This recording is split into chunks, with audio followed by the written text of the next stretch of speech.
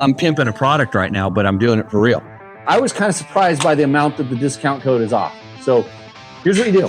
Can you kick out a little of that beatnik poetry for us real quick? Maybe one quick one. You know, because we know that you're good at it around the campfire and stuff. First desert moose, Mike? Yep. First desert moose. Yeah. I run it the wrong way. My cat is getting jealous of me taking all this podcast time away from her.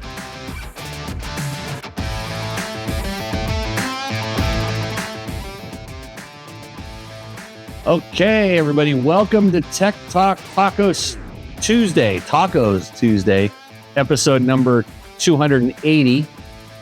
This is the show where we talk about motorcycle and dirt bike related products. My name is Jimmy Lewis. I'm your host. I can answer 9 out of 10 motorcycle questions without referring to a reference manual. We are live here in the shop, and my buddy Mike McHale is going to change tires. He's taking off tube tires, and he's going to put Mousses on while I do this show. So if there's any bad words said during the show, just let me know. So feel free to ask your questions in the chat. So at the bottom or wherever you're watching this, you can type a chat, and it says, leave your questions here. A-V-E, leave, Q-U-E-S-T-I-O-N-S-H-E-R-E here in the chat. I just put that there so that it would be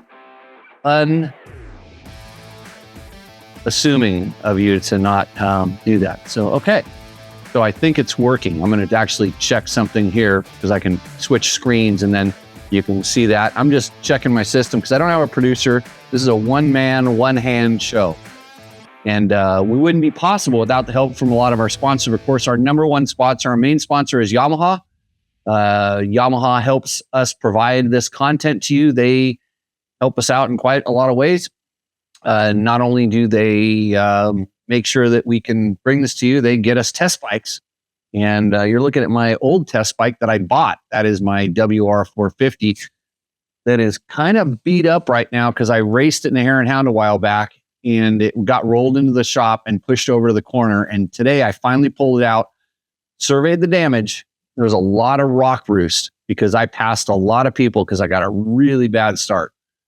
And it actually, there's rock dings in that thing. Like anything that's forward facing, like on my fork tubes, and think I'd have Bulletproof Designs radiator guards because if I had the plastic ones, I'm sure they would have shattered because it was so cold. And I'm pretty sure some of those rocks, if you see the nicks and dings they put on the triple clamps, there's a chunk out of the headlight shell, the radiator shrouds, or the side shrouds where rocks hit it, blown apart. So pretty crazy.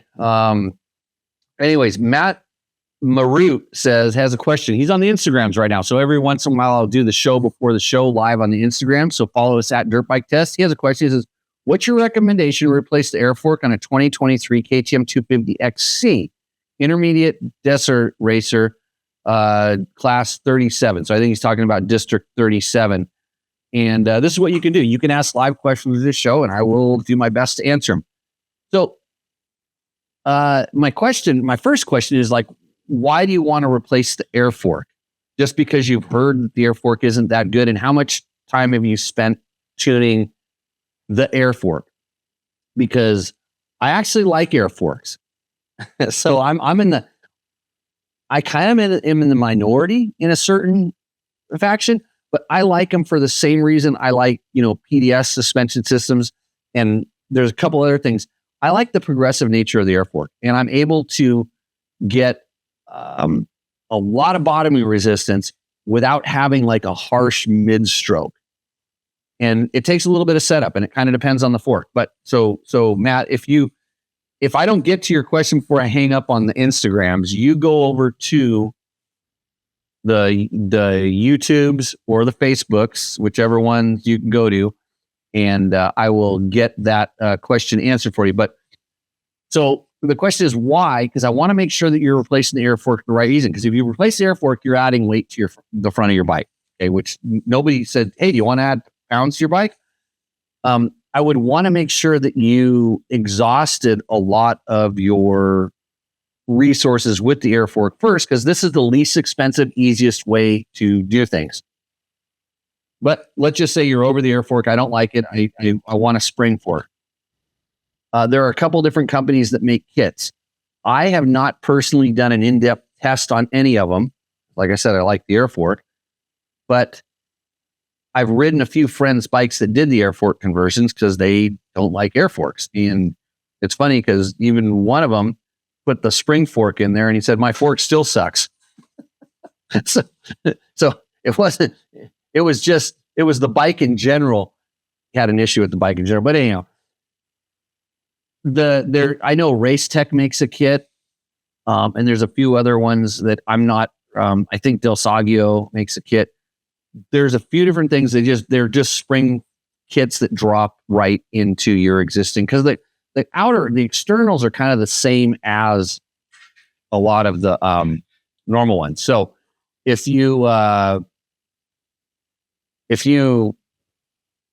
of look around, okay, here, I'm used to it. EC300 gas. I just picked up the XC and it pushes for me. Just starting to set up. Wasn't aware of the weight difference. Oh yeah, springs weigh a lot. Air is pretty light. So before you just jump on that bandwagon, play around with what you have available, especially with the pressure is pretty critical. And I know that a lot of guys that have struggled with just air have actually put nitrogen in, and that did a little something for them as well. So that's the other thing. If you have the availability to do that, it pushes for you. And so pushing, well, is it oversteer or understeer? Like, is it pushing in that it dives down the stroke and then kind of oversteers, then you get the push?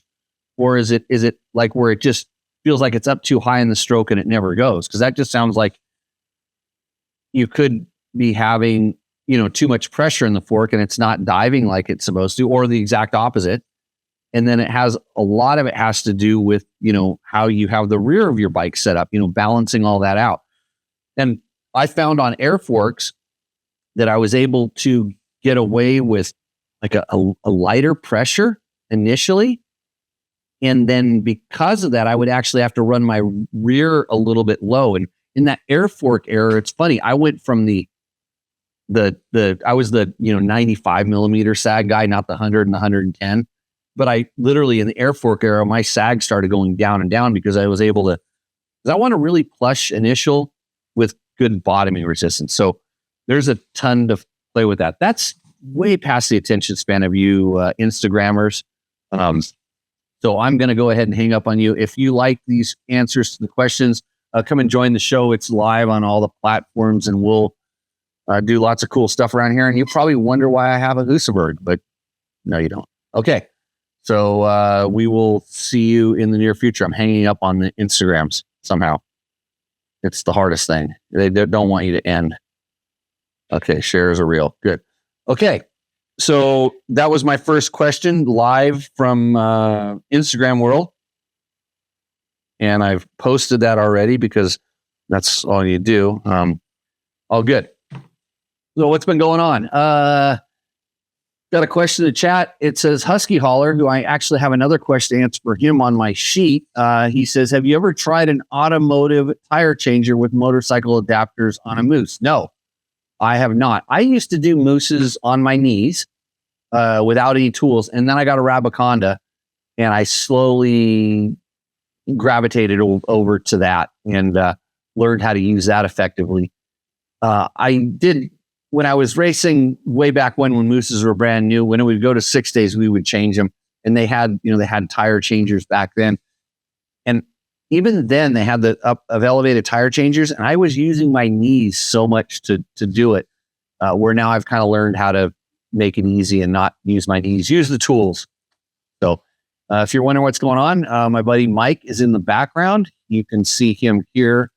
I don't know where he's at. I think he's struggling looking at the Mousse. Mike, how's it going?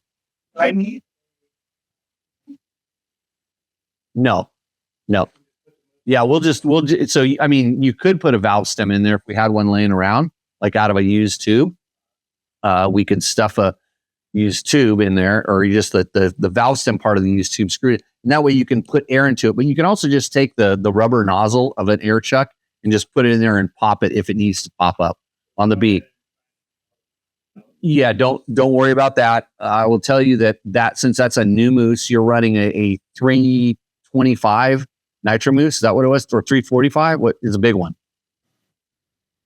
In a Michelin Desert Race tire. So that Mousse is, you got to have to push it in there pretty good. Yeah.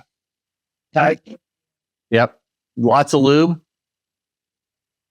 Whole tube of lube. And did it seem like it was spread around in there pretty good? Yeah. Okay.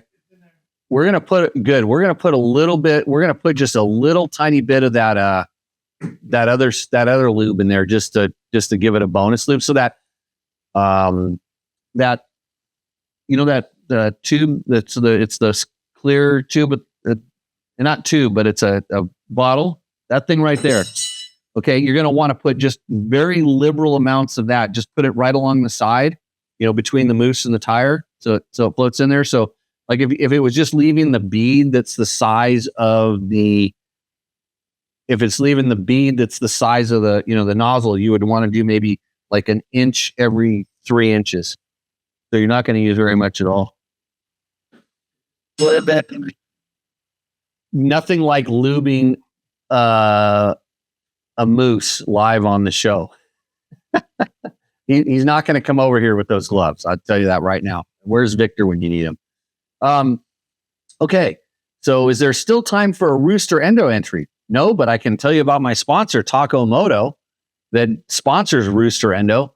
I went to tacomoto.co, but I didn't go there. I went there live and in person, dressed like someone who just chopped down a tree, which I had just done, believe it or not. Because this sure as hell doesn't pay the bills. But anyways, I needed some things, and they had all the stuff. They had all the things. I needed some fuel delivery products. I needed a 90-degree fuel tank thing. I wanted to get the little Golan filter that replaces your connector. I got, here it is. I'll grab it right here. I got the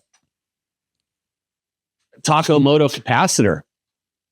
Because I have one in my Yamaha WR to help it start better, for quick starts when I was racing that one time every year. But so I usually carry one of these in my backpack in case of battery problems. This is a real savior sometimes. So got a few things at Tacomoto. That's tacomoto.co. They bring you Rooster Endo. Tonight we have 3 entries for Rooster Endo. And no, there's no way I could load that stuff into the show. Like, it actually requires work. I have to cut and paste all the information and put it on my sheet. I have to upload the photo and put it in there and get it set up in the show so I can push a button. It's not like I have a Gabe or a Matt anymore, because I scared those guys away. Like, they like wearing nice clothes and dressing up and going to real job, not hanging out in this dump. So, yeah, they had to get out of Valley of the Dirt people. So cheers. No Rooster Endo. Send it in for next time. You might win. And Chris Sonette says, hola. Yeah, good times. And he says, I get it, man. Working and lost track of time. What, you have a job? And Mark Daniels, our number one fan, is on board in the shop. Hey, so speaking of sponsors, I told the Instagrams this earlier. I sent out actually proposals or re-proposals or review. I don't know. So to see if I can actually take this show to the next level. I mean, getting a producer back in here, because I can't, the slave labor doesn't work. How's it going, Mike? I hear stuff happening. Mike, are you doing it on your knees? You're on your knees. You've got, see the Rabaconda in the foreground. Mike this is his style though. He's on the old Jimbo program where he is going to get that Mousse on there, at least the first part. You're going to use the Rabaconda for the second part, right? Okay. That's good. So Mike's out there struggling in the shop. We'll get him in the show to talk about what he's trying to attempt as we get farther down the thing. But so next things next. Yamaha brings you this show, And thanks to Yamaha, that's my personal WR450 that I brought into the shop because I parked it after I rode it here in Inland, and it has a lot of little nicks and dings and rock damage that I need to survey. But thank God I had Bulletproof Designs radiator guards because it was cold, and I promise you, if it wasn't, it was plastic, they'd probably be broken. And those rocks, like, actually, I took a picture of my helmet. There was a chunk taken out of my helmet and actually peeled up some of the rubber on one of my helmets, which is pretty amazing. And I remember taking that rock hit to the quote face. It didn't hit my face. The helmet did its job. But yeah. So yeah, Yamaha helps bring you the show. So if you're thinking about a new bike, I always think about the blue ones. I like the 4-stroke for the Power Tuner app, which I have right here on this phone. Yamaha Power Tuner app makes my Yamaha work almost perfect almost every time, because nothing's ever perfect. Okay. If you have any questions, go ahead and throw them in the chat. But here's what I wanted to talk about. If you're paying attention, is everybody paying attention? We've got 26 million people watching this show right now. It's amazing. The greatest show on the internet. But I would like to show you something that I got. I was talking about this Yamaha being kind of destroyed. So I called up my buddy at Chirby's. I've got Chirby's plastic. It showed up. I need to replace all this broken stuff on that. And he said, I sent you a surprise. And he did. He sent me this. And I'm going to pull it up here and put it up on the table. Hopefully it won't knock off of here. This is an Chirby's rolling stand. Okay. So I hope you're paying attention. You're ready for this, because you might want to act quickly on this when I start telling you about this. So this, if you listen to this in the future, don't worry. Most people don't act as quick as they should, and you might still have a chance. So I said, I use this. It's only been used one time. I took it over to my bike, and because I have not been a big fan of these kind of stands because they're just not engineered properly. And I've not had one with wheels on it, but that's a whole nother thing.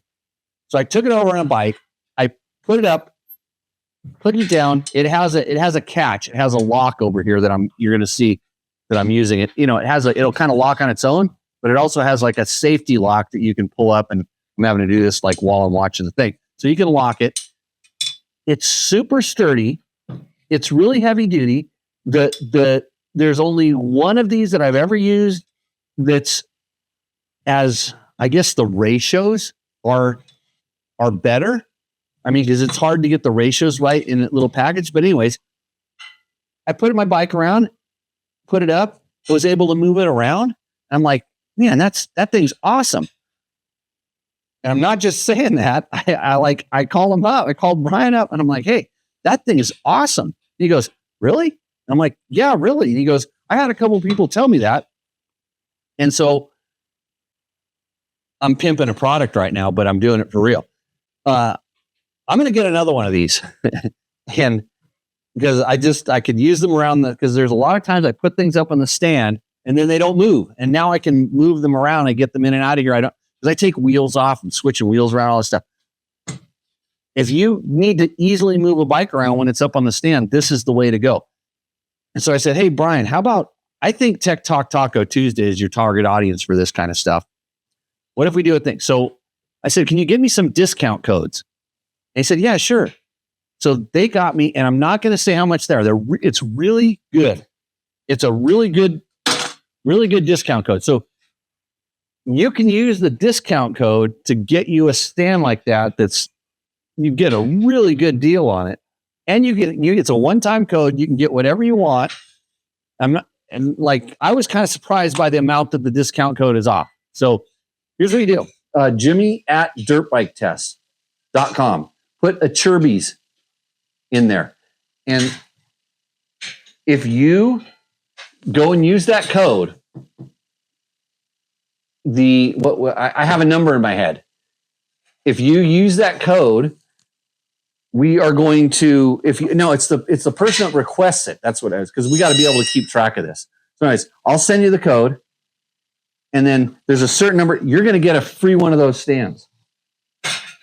So that's the way it works. Anyways, you want that Achirby stand. I want another one. That's how good they are. So I wanted to use it, but I didn't want it to be all dirty and slimy, especially if it was underneath that Husaberg right there. It'd have an oil stain on it right now. So I had a Husaberg problem this week. No, I mean, I have a Husaberg problem. I have a Husaberg problem. And then my Husaberg had a little problem. So collectively we have problems. And I'm working on fixing it, although the part's no longer available. So hey Mike, how's it going out there? Just checking on Mike out in the back. Getting it. Okay. Fact that it is that set for 2018? Huh? You set it for 18, right? I don't know how to use this. It doesn't. Well, it's yeah, okay, yeah. It looks like if it's set down, it should be okay because you got to make sure that. So remember, you flip it over and put the keeper in. Yeah. So the very first one you flip and hook on the Rabaconda. So flip that tire around the other way. Loose. No, make sure it's super loose. I know it's loose. I'm trying to get it. No. You do that last. You do that at the end. So move the rim lock on the other side of that arm, and the last thing that goes in is the rim lock. Oh, is that the other side that the rim lock's stuck on, or? Yeah. Oh, so the tire and everything is almost on. I can't see it from here. I'm gonna walk over and check it out here.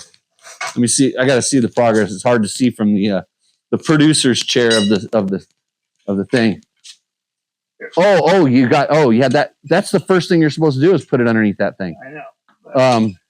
So use the other sides of the tire hinge for this one. So yeah, because it'll flip the tire up farther. A little bit, go just a tad bit wider, one at a time. Don't flip them both at the same time. But no, not that wide. Just like a half an inch out each side. Now put the other one under first. There you go. Right there. Yep. One at a time. So that's actually how you hook the tire on the rim, is use the rim lock to do it. I was going to touch, but I'm going to go back to my show. So flip them both up and then get it in there. This is the entertainment portion of the show. To watch someone else have to change a Mousse. And Victor wants to know if that's Mike Hunt. Nope, it's Mike McHale. Good one, Victor. You should have called the bar with that one. Jeremy Strower says, my focus is on finishing the 91 KTM 540, though. Okay. Send pictures when you're done. Tag us on the Ugrams or whatever they call them these days. And then Taylor sent in his thing. Jeremy has a Husaberg problem. He has 4. I got you beat. Not really giving out. Let's see. Mark Daniels, does 2 of the wheels have locking capability? What were we talking about there?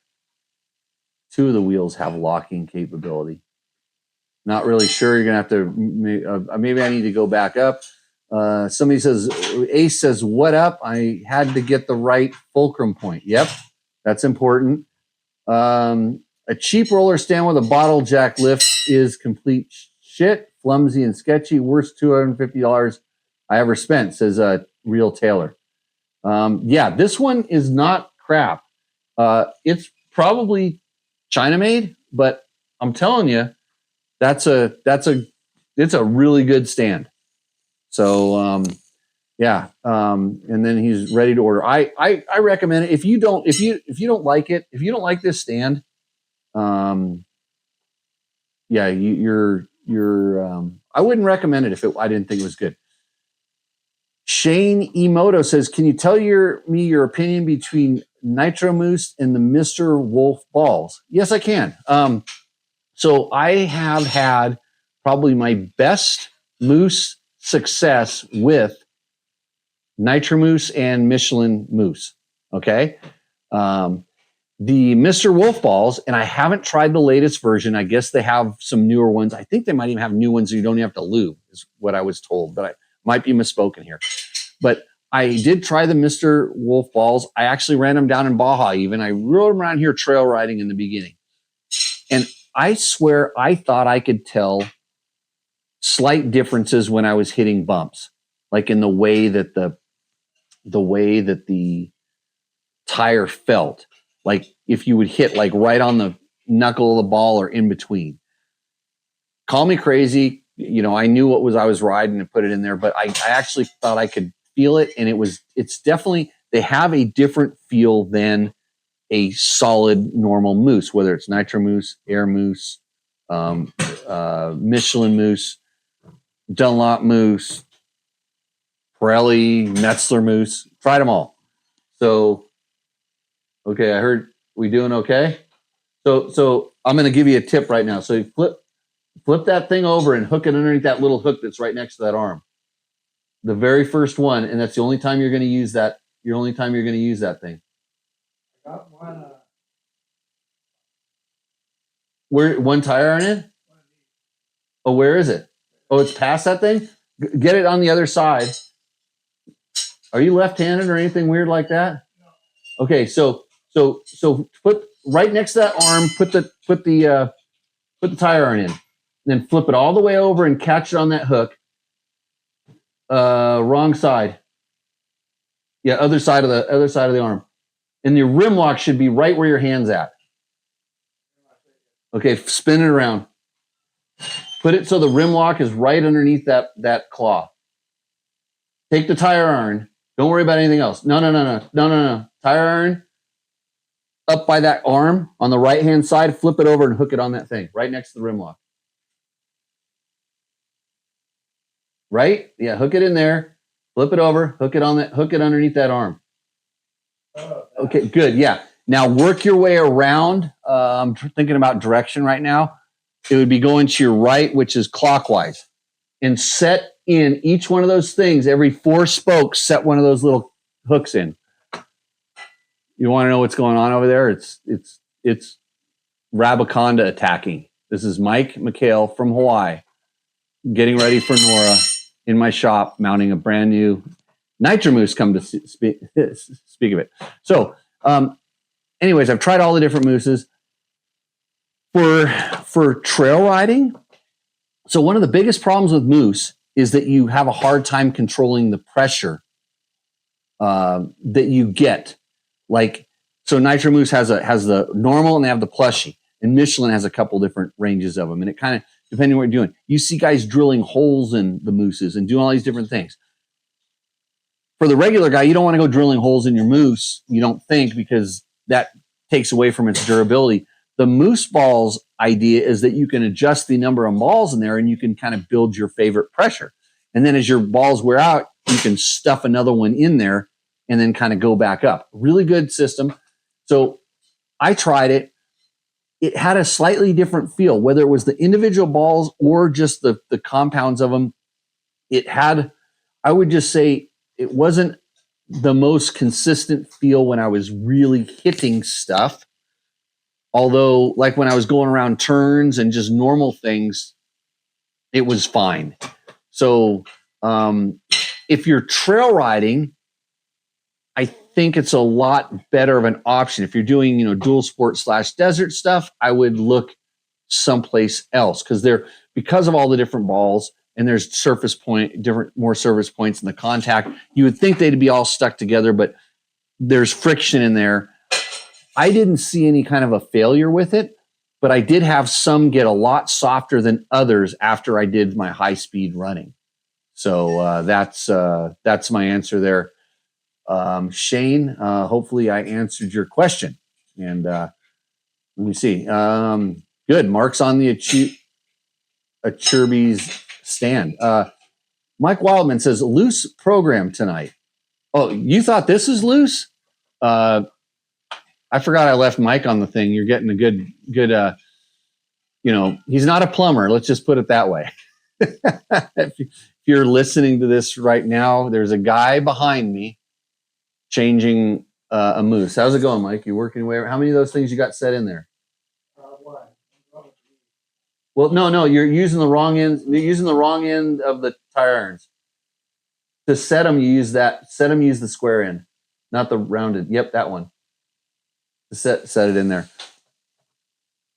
I might go over there and do an example. Thoughts on early Husabergs? Says Drew Kelly. I'm thinking of purchasing an early 1995 501. Okay.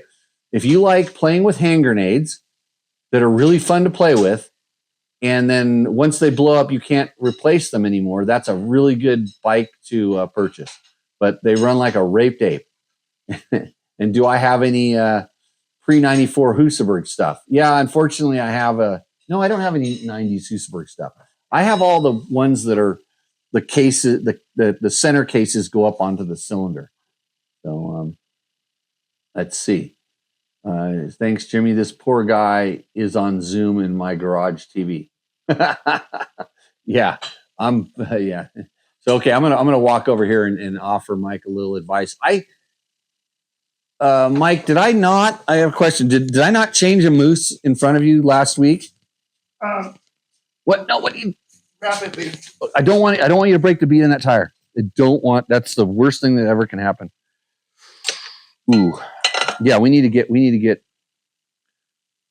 this bead has to go down, or you're going to break the bead, and that's the worst thing ever. So do your show. We can do this later. No. We're doing this now. Okay. We're doing it on the show. That's what the show's all about. Okay. But no, that's a good one to leave there. So actually, you know what? We can take it up because we're going to have to use this tool now. So let's go right here. Push it down. So go down with that thing. Yep. And then let's go a little bit farther because no, we're going to hook it on this. No, wait. Go here, and then put the tire iron in right there. Get it underneath all the way underneath. Well, actually, you know what? Maybe we can set the hook with this thing. See, you got the small one? Where's the small guy? Set that small guy in there. Like that. There we go. Good. Okay. Right here, set the next small guy. So we are setting in the bead, the things that keep the bead down. I don't even know what the bead buddies, I guess they're called. Yeah. So let's do one more. Set it down there. So I'm using the Rabaconda. He kind of got it most of the way around, but he was at the point where the bead was up. I mean, this is a desert Mousse. This is a big, thick, heavy. Let me push that down a little more. Okay, go a few more. Let's come back over here and do this one over here. Let's go right there. So, okay, now, is there another? There's got to be another one around here someplace. Oh, yeah, good small one. That's good enough. Okay, you're hooked in. So now, come around here and I'm thinking where the best spot is to work on this. So let's see if we can see if we can get that tire iron in. Okay, yeah, we'll do it right here. So put the tire iron in there. That no, we can do this one here. Like, no, we got to go. Yeah, we got to go with this one, and then put it underneath there like that. And then now, yeah, start working here and go that way. It's backwards, but of normal direction. So use the other end. So the rounded end, yeah, and take little bites. Get two of those things. So put one in. So make sure they're over there onto the right. Make sure that you have the second one ready to go. To push the first one over. No, one at a time. So we're gonna go, yeah, one there, one. Okay. Now do that, and now lift. Now, good. Now take that one out. Oh, you can use the Rabaconda to probably do the rest, unless you can get it. Oh, good. You get it underneath there? Good. Now use the Rabaconda to push that down.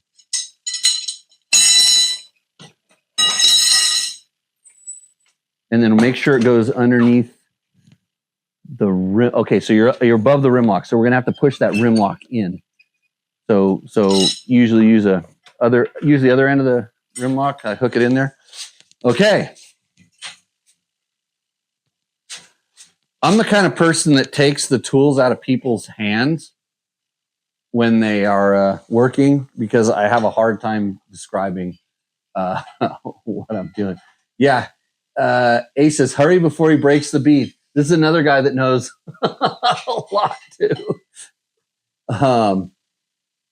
So yeah, that was first desert moose, Mike? Yep. First desert moose.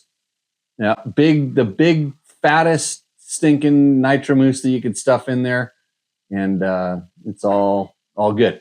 Okay, so if you weren't listening earlier, I have some Chirby's discount codes that you really want. So email me for a little code. I will do my best to get back to you, and because I'm leaving to go to the Nora Mexico 1000 tomorrow. But I will have my computer with me, and there are times that I'm sitting down there doing absolutely nothing, waiting for riders to come out of the desert. So I might have my Starlink up, and I might be able to answer emails. But the reason we're doing that is because I got this sent to me the other day. This really nice Chirby stand we talked about earlier, and I was really impressed with it. I said, hey, I would like to tell people about this, which I'm doing. And I wouldn't tell you if I didn't think it was cool, and I have discount codes. So that's all you need to know. Okay, on to the next part of the show. Did you get that rim lock in there or not yet? We can I'm trying to think of the best way if you because usually the last flop, that's why you have it on the other side of the arm. And when you're doing that last flop, you put another tire in there, and as it's going over, you just push the rim lock in a little bit, and that tire slides right underneath it. But right now, it's on top of it and pushing down. So you have to kind of pop that tire up again a little bit.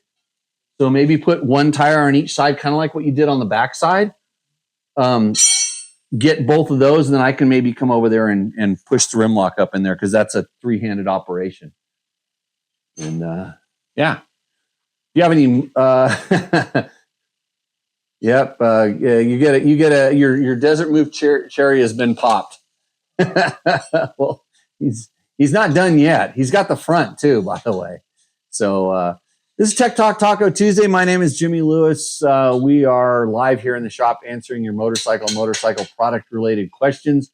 If you just joined us, I'd like to thank all of my sponsors that help us do this. If you are one of my sponsors and I haven't sent you an invoice for many, many months, you can just send me a large check. That's what I said in the email that I sent out today. Real Taylor says, the Rabaconda versus Mousse tire changing stand. Tired of paying $50 to $70 per tire every time at my shop. So the Rabaconda is portable, pretty lightweight, easy to use. And I don't specifically know which one the Mousse one is. I know Ty Davis has a tire changing thing. And there was another one that someone mentioned to me the other day. He said that I've used it before, but I don't remember.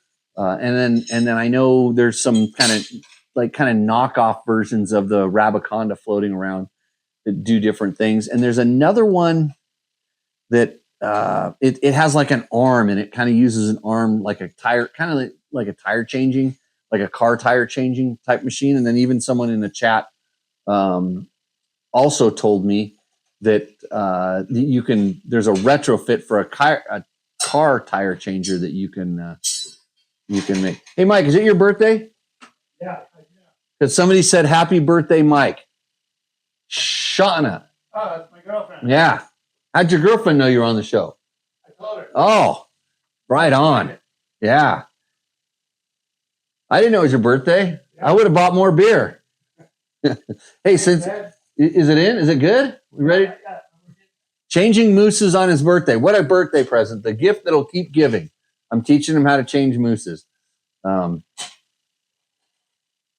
Okay. So there we go. Mark Daniels, when he was talking about the locking wheels. So yes, on the Chirby stand, 2 of the wheels have locks on them. So yes, you can absolutely lock it and get it to stay in place. It's stable. I was blown away. Literally, not kidding you. When I saw this, I said I'd like to tell people about it. if with those discount codes I only have a limited number, by the way. If we sell a stand with each one of those, then Achirby's would actually probably come on and sponsor this podcast. And then I can talk about what awesome products they make all the time. My cat even likes Achirby's, okay? So there we go.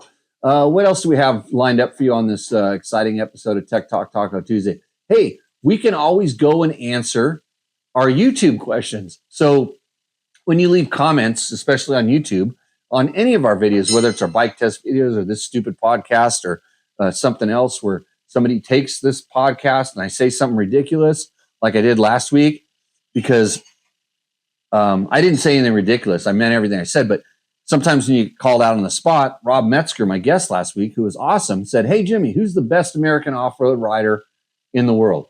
And then Trevor, this kid that likes to poke me, he made a short of it and to get people to come after me. So we got a lot of comments for that. So anyways, on our Triumph, the truth about racing the Triumph 450T E450E.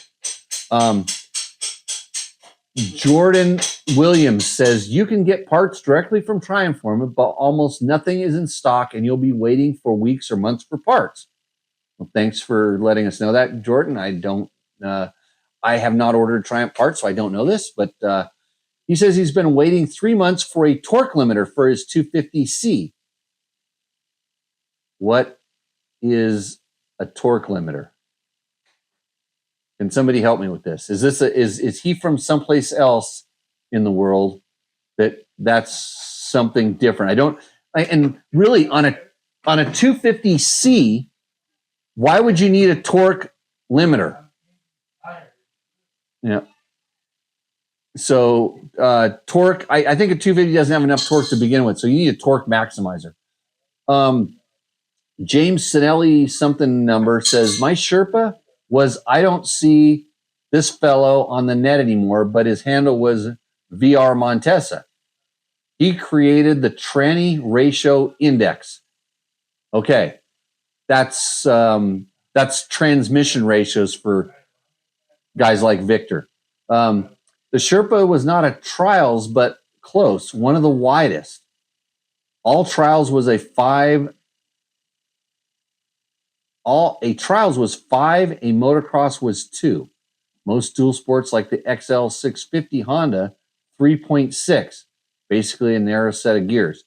Okay, so he's talking about gear ratios, and he's complaining that bikes used to have 4 speeds back in the day and they worked, and he thinks that they screwed up a good thing, and he's telling the manufacturers to get with it. Okay. Yeah, I'm going to use AI to answer your question. I don't know what you're trying to get at. Salvador says, good video on my Beta 300 RR versus Beta 300 Race Edition, which I'm still confused why you would have an RR and a Race Edition, because RR sounds racy to me. RJ Vidmoto says, love that you are doing these segment pieces. A little more work for sure, but great idea. So this was on our Who is the Greatest Off-Road Racer of All Time? American off-road racer, by the way. That was the question that was posed to me quickly on the show, and I didn't have time to rehearse my answer. You know, Mike, on your birthday, I'm going to have a low tide situation here in a few minutes. Oh, yeah? Did you get that rim lock underneath? Rim lock. Okay, so I've been told that if I help him get this rim lock under, that I can have another beer. So I'm gonna dispose myself over to the edge of the shop, live on the camera right now. Mike McHale doing his first desert moose. Let's see if we can. I gotta lift this up so you can push the rim lock. Okay? So what we should do, we should use the Rabaconda arm to push down so we can get the rim locks underneath. So what I'm doing is I'm spinning the tire around, going over to where I can use the Rabaconda arm. Yep. And then I'm going to put it here and then take that and set it down that way in right there. So push it in right there. Okay, it's underneath. That's good. Let's go to the other side. I should have started on the other side, but anyways, I swear you're left-handed. Maybe I'm left-handed. I don't know. Okay, and then we're going to push down there, and you're going to stick that in there. Got it? Yep. Okay, so just one at a time. Never want to do two because it's going to put too much strain. Then I'm going to take this guy here and see how this has this little hook here. Yeah. Like, let's lift this up a little bit there. And then I'm going to try to get this here like this. Okay, we're lining this thing up. Okay, so go let's flip this back over. We don't need this anymore. Okay, so you're going to flip that one up. Right? And then slowly go with the other one. Oh, I lost that. It's slippery. Okay, go up. Wait a second. I watched the Rabicana guys do this, and they make it look really easy, but that's what they... Oh, you got to go up just a little bit more. There we go. That's enough. Okay, now down. There, we're in. You're done. Okay, beer, please. So, everybody, that was a... I actually think I paid for someone to do this. You paid? Wait, with Tim. Yeah. It was part of your package? Yeah. Oh, that guy owes me a Mousse change then. No, it's okay. I'm okay with it. Okay. Mike McHale, complete success on the first one. So let's see what we got here for questions. Let's see. Shane Omoto says, Jimmy, how many rim locks do you run with Mousses? So it kind of depends on the application. If I was doing extreme enduro, I would probably run 2 because I'm running a super, super dead Mousse or low pressure-ish Mousse, if that's what you want to call it. For desert, I run 1 because it's not going to spin. This is gone now.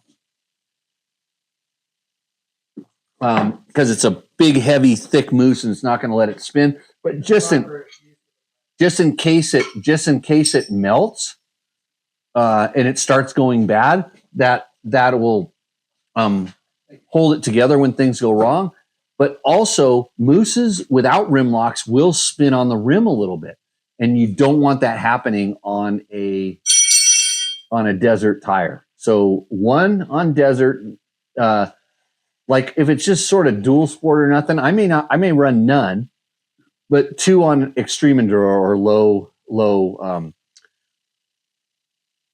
dead Mousses, we call them, no pressure Mousses, because then the bead might stand. And really now there's a couple systems, and I saw a prototype system the other day down at Takamoto that Mike had, of a guy who's got a way of using kind of a thorn protection system where you can run a really low pressure air bladder inside of it, but even tubeless, or not tubeless, it's I want to say Nitro Mousse. I'm trying to think of the main name. NewTek. NewTek has this thing that's combining the old tubeless with a bead locked system. So it really depends on what you're trying to accomplish and what you need to do on those platforms.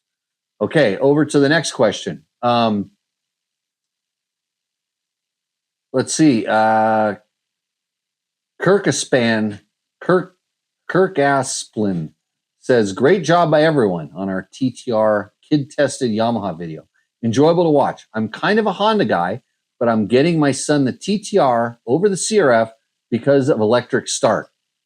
And Yamaha is a sponsor of this channel and a lot of our videos, so we're just doing Yamaha's bidding, just so you know. If you have a Yamaha question, I could probably answer it, and I will convince you to go buy a Yamaha. But if you're thinking about buying another bike, you just ask the question, I'll just steer you there. So, okay. Uh-oh. I might have just messed up my whole comments thing here, but we'll get back to it. Let's see. So we did that segment so the one thing I want to talk about, the who is the greatest American off-road racer of all time. So my first go-to straight away was Ty Davis. And so here's the reasons. I raced with Ty. He's kind of the same age as me. He was around my time. I was very, very familiar with Ty and always super impressed with just his riding ability and his range of all the stuff he did. And even taking that, we were just talking about just racing and bike skills and stuff like that. What Ty's done beyond that with his business and stuff is pretty cool. His race teams, all this stuff. But the one person I forgot to mention, I think Rob did as well, we just completely forgot to mention Kurt Caselli. I know we mentioned Danny Hamill and a couple other people that have passed away, but the fact that we kind of forgot about Kurt really bothered me afterwards. Like, how did I forget Kurt? And sometimes when, people pass and they weren't in your time, Kurt was definitely a little bit younger than me. You forgot about him, but he would definitely be up there.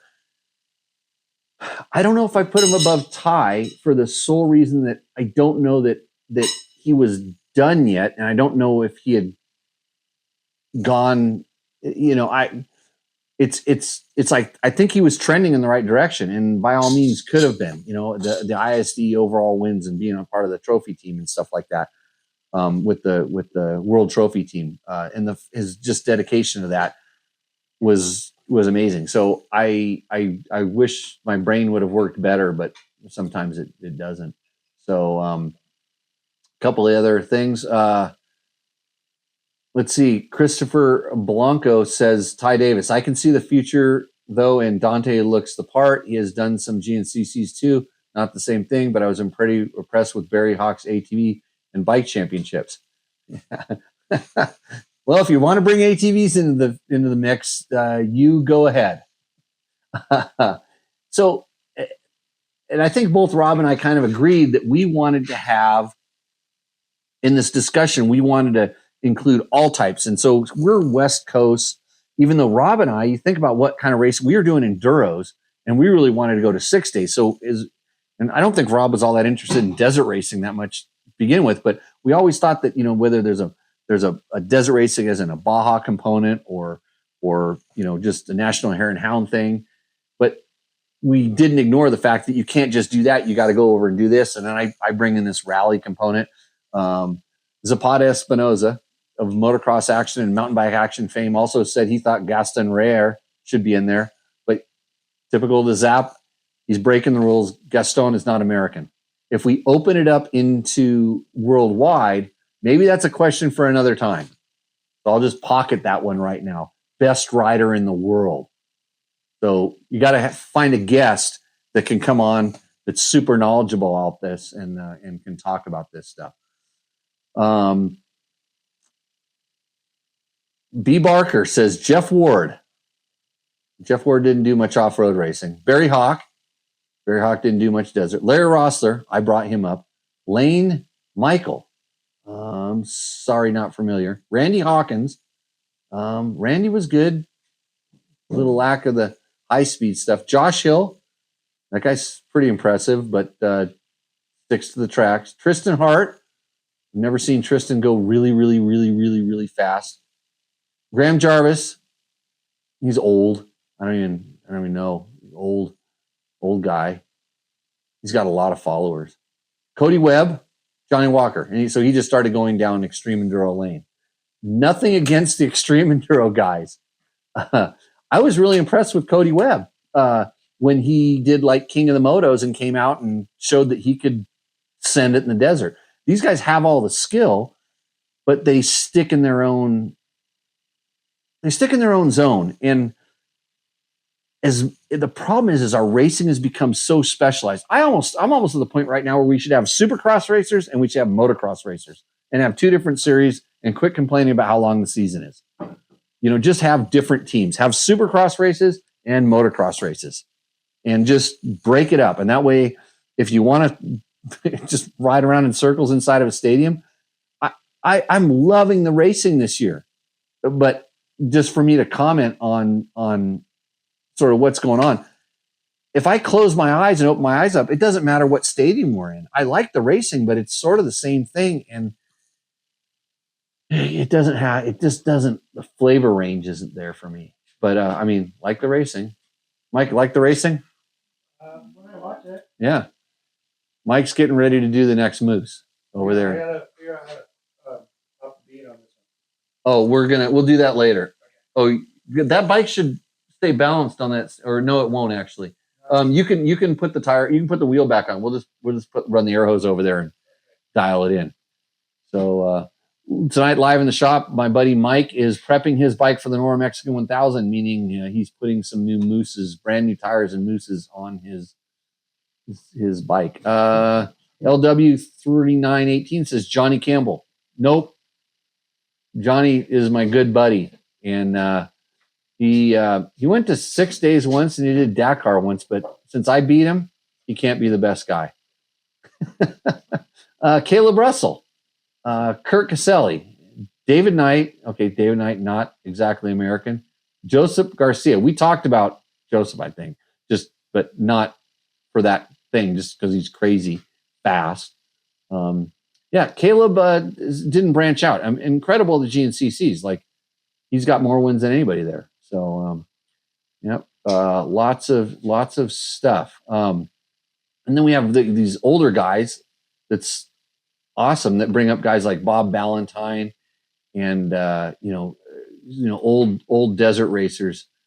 Kind of crazy. And then they start telling stories, which is I always like to learn from some of these conversations. If you want to know where we're getting this stuff, just go to the comments in our YouTube, watch the video and scroll down and read some of the comments. And if you want to talk about this subject more, just put it in the comments on this video, YouTube, and we will bring it up. Yeah, Shane, we talked about Taylor Robert. Let's see, Zip Tie, Kurt Caselli, Larry, Ricky. Yeah, Ricky, as in Ricky Brabeck. I'm putting him a little bit in the same thing as, Danny Hamill. And, Ricky really goes fast. Ricky doesn't go slow. In fact, I can't even get Ricky to go extreme enduro riding with me because he thinks it's stupid, or he thinks I'm stupid. I don't know which one. So let's see. Oh yeah, Trent, that's a good one. Speaking of great people who've passed, how about Dick Brass? Alan Peterson mentioned that you work with them when you raced for BMW. So so Dick Brass, who is the father of the 5 Miles of Hell, which is a very famous trail, and many others, by the way. Dick, for the latter part of his life, when I knew him, was traveling around making trails all over the place, incredible trails, and had a and he kind of became persona non grata with a lot of land management agencies and stuff because they weren't happy that there were trails out there. They weren't doing it. Somebody had to do it, and he's put a lot of work in there. Whoops.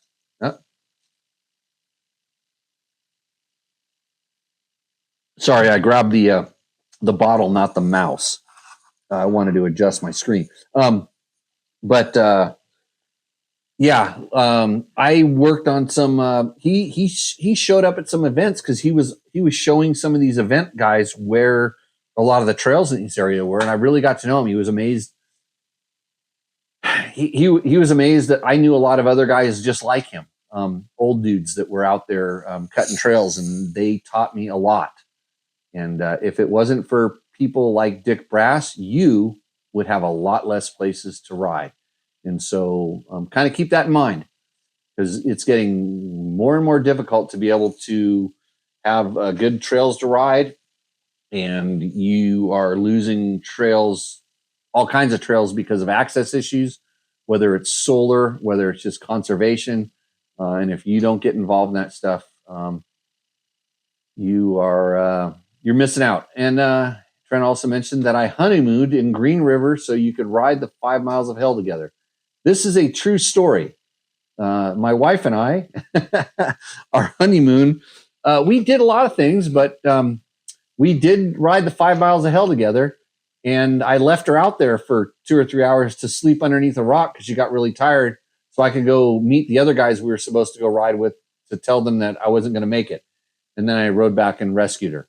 But it was all good. That's why we're still married today. So, and Gary Drummond says, motocross is better to watch than SX, in my opinion. I like them both. I mean, I just like watching guys at high levels ride motorcycles, not insta bangers, like competing, when they're competing, that's a whole different thing. Somebody says Shane Walsh deserves a mention and the conversation. Sure, he's an Australian, but I guess evidently we don't like Australians anymore. But that guy did everything as well. He rode motocross. He tried some desert racing. Wasn't very good at the desert racing, or didn't take to it as well as, doing things. But he has ISD overalls, and there's no doubt that guy has a ton of riding ability. Also, he's still out around doing schools. So if you want to learn how to ride like Shane Watts, look up Shane Watts. And thank to Rocky Moto X, as except for one thing, he's Australian. Let's see what else.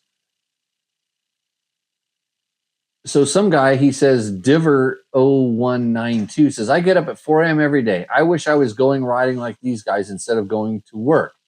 I really like content like this. I wish, it would be great to see stock, mostly entry-level bikes doing all kinds of competitions. That's what I've got Trevor for. So, okay. Yep. And somebody else wants to add Caleb Russell to the list. Yep. He's got a lot of credentials. But I just want a little more diversity to say the greatest. Because if you're going to say the greatest of all time, you're looking at like someone that's doing like the like the Olympics. You're going for someone who's doing the back when Bruce Jenner was a man. What did he win? What was it? The decathlon, right? 10 events. Yeah, Mike? Decathlon. Yeah. So like, and that's one of those things where you're showing your spread of everything, and that would make you kind of like the greatest because you have some variety.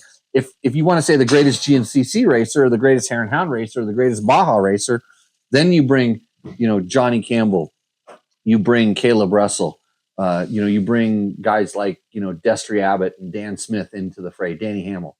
It's you get specific, and it's different than greatest. Here's a good one. Margaret D. Fresh Uni says, you are not so fast, just a good media boy. You are just a lucky kid with enough of your parents. And then it sounds like the fucking painkillers kicked in and she had to reset herself. It says, your parents had just enough money from Somas. There's a lot of love on the tubes these days. Yeah. Yeah. Calling me out for being a rich kid with rich parents. Yeah. Good for you. Hope that helped. I read it out loud. Okay. So those are all of our YouTube comments. So if you want to make my life more miserable, please just comment on this video. And then Trent says, I'll also mention Dick Brass's estate donated $500,000 to Blue Ribbon Coalition. Even in death, a pillar to the dirt bike community. That is awesome. I know that we have some land use issues built into my wife and I's trust as well. So, but since I'm a rich kid, it's probably going to be a shit ton of money. Okay, back in the chat, Mike. How's things going out there in the back of the shop? Slow. Okay. Did we lube those up? Right. Those axle lugs? Okay. So you're taking them all the way out and putting some anti-seize on them?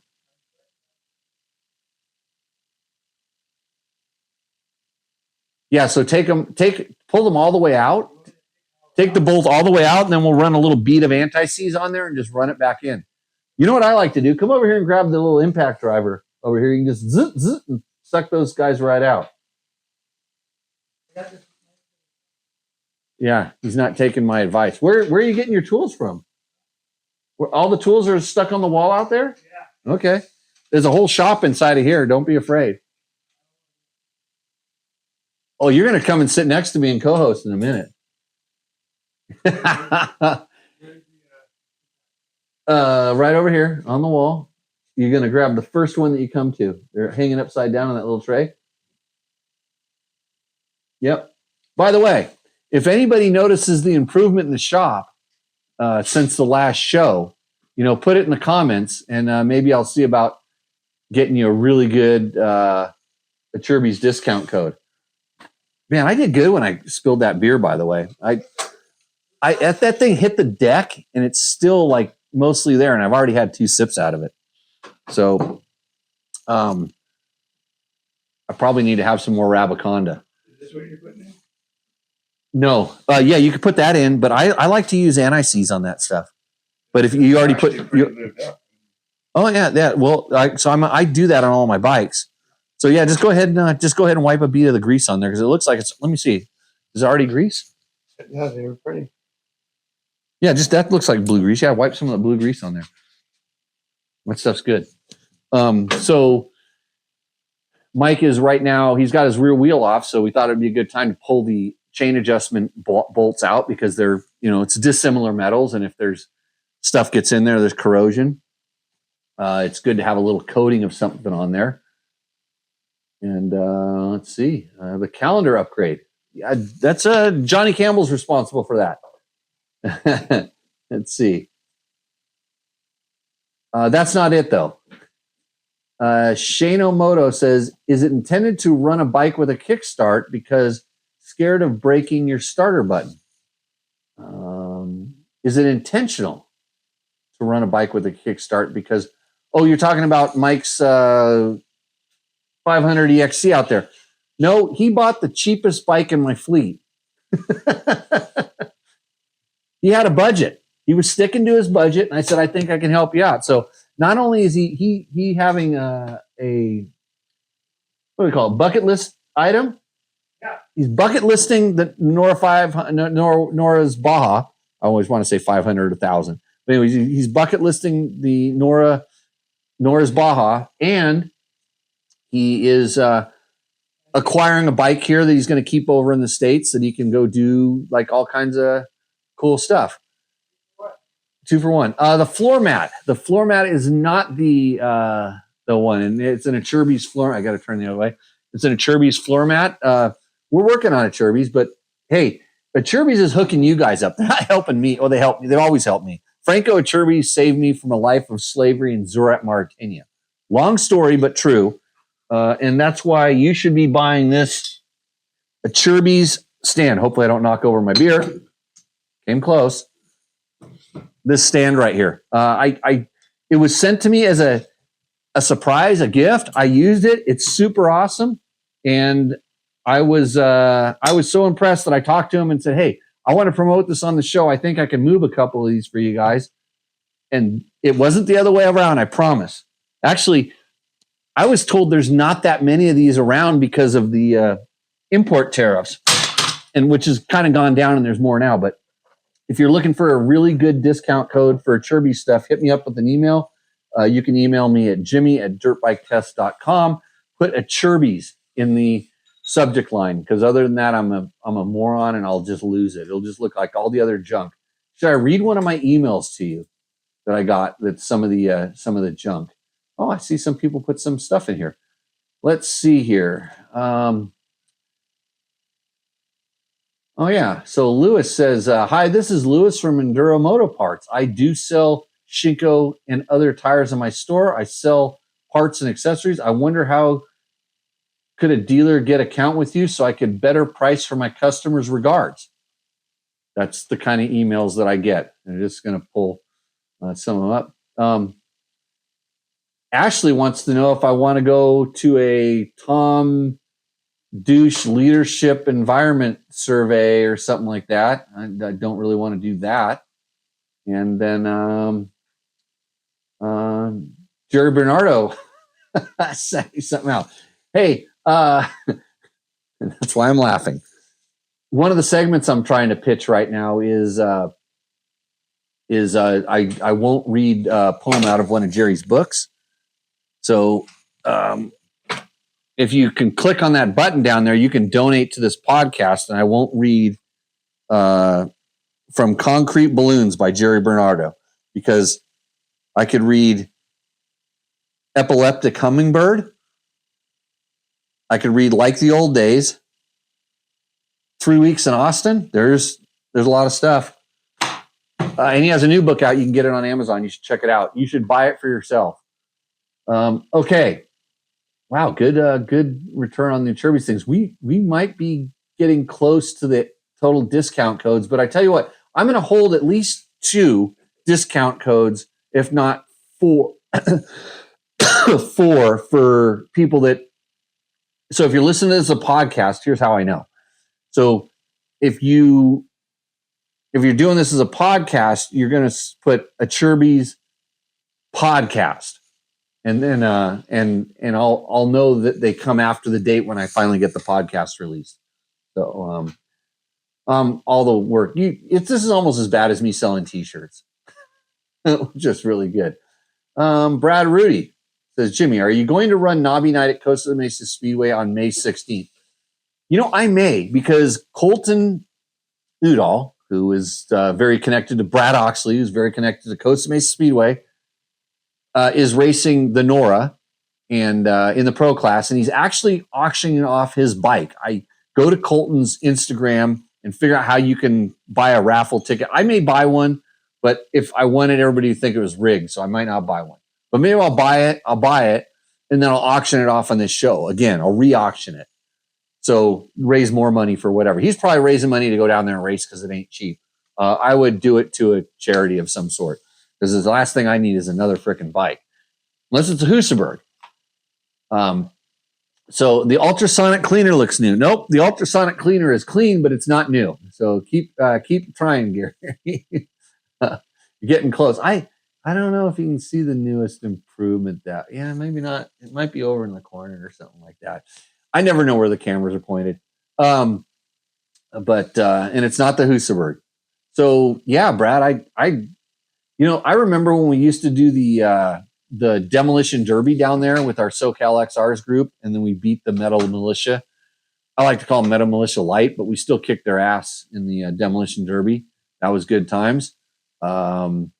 I used to like it when they would just let us race mini bikes around there to clear the mud off the track. Those are good times. I may try to stick around down there because I'll be coming back from Baja.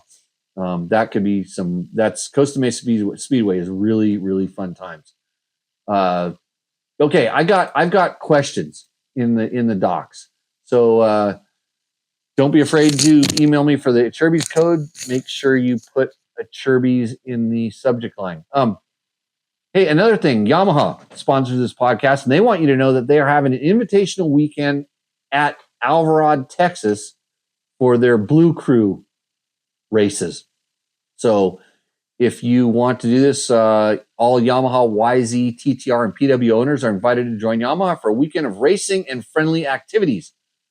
Riders will have an opportunity to join Yamaha ambassadors and exclusive Friday Blue Crew training sessions. And then the top youth riders in the YZ 125, YZ 85, and YZ 65 classes can qualify to compete in the YZ Super World Final during the MX of Nations at Iri in France. So go to YamahaMotorsports.com and click on the events and see what's going on there. Okay. So I have a question that I was supposed to answer, and I might actually call this guy. This is Eric Hermstead. And so he has time for some more pendants for you. I have a problem with my 2018 Husky FE350. It started stalling and running rough when running at low RPMs. I traced it to a bad injector, which I replaced. But when I plugged the injector into the stock ECU without the JD tuner in the circuit, it sprays fuel as long as the pump is on. I've been running the JD tuner for 5 years and it runs perfectly fine with it. Should I replace the ECU, or should I have it flashed to stock or just run it? The bike did the same thing 2 years ago, so I just kept running the JD tuner. I called JD and they said, who knows, it's electronics. I've attached a video after replacing the injector and it does the same thing with either injector. So I'm suspecting that you're talking about good injector or bad injector. Sorry you spent $200 when you probably didn't have to, I guess, but if it started running rough with the old injector, so I'm just kind of break this down how I thought about it. If it started running rough with the old injector, and you both injectors do this thing, maybe that wasn't the problem. I was kind of wondering why you would have tested it, why you wouldn't have just taken the old injector out and put the old injector in and decided whether just did that solve the problem, but kind of finding out about this open spray thing.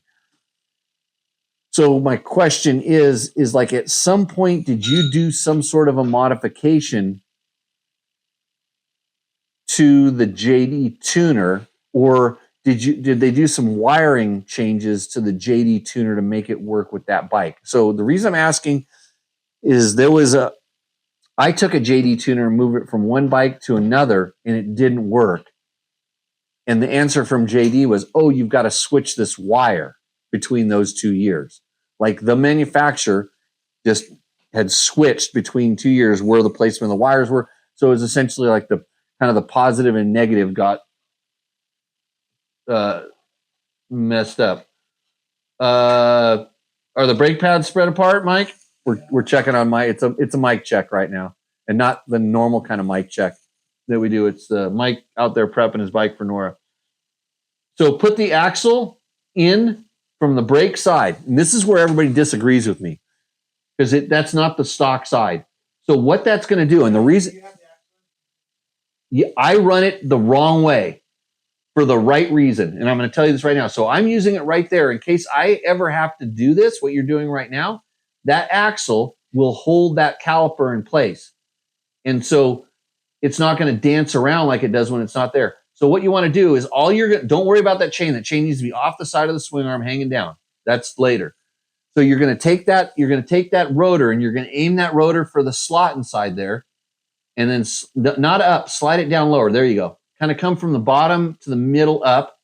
And then only worry about the brake side. You're looking for the rotor going between the pads. Is the chain on the outside of the sprocket? Yeah, outside, right? And then your spacers are pushed in. Okay. So index it by putting the brake rotor between the pads. But also make sure when you go in there, you want to lean on pushing on the brake side, not the sprocket side.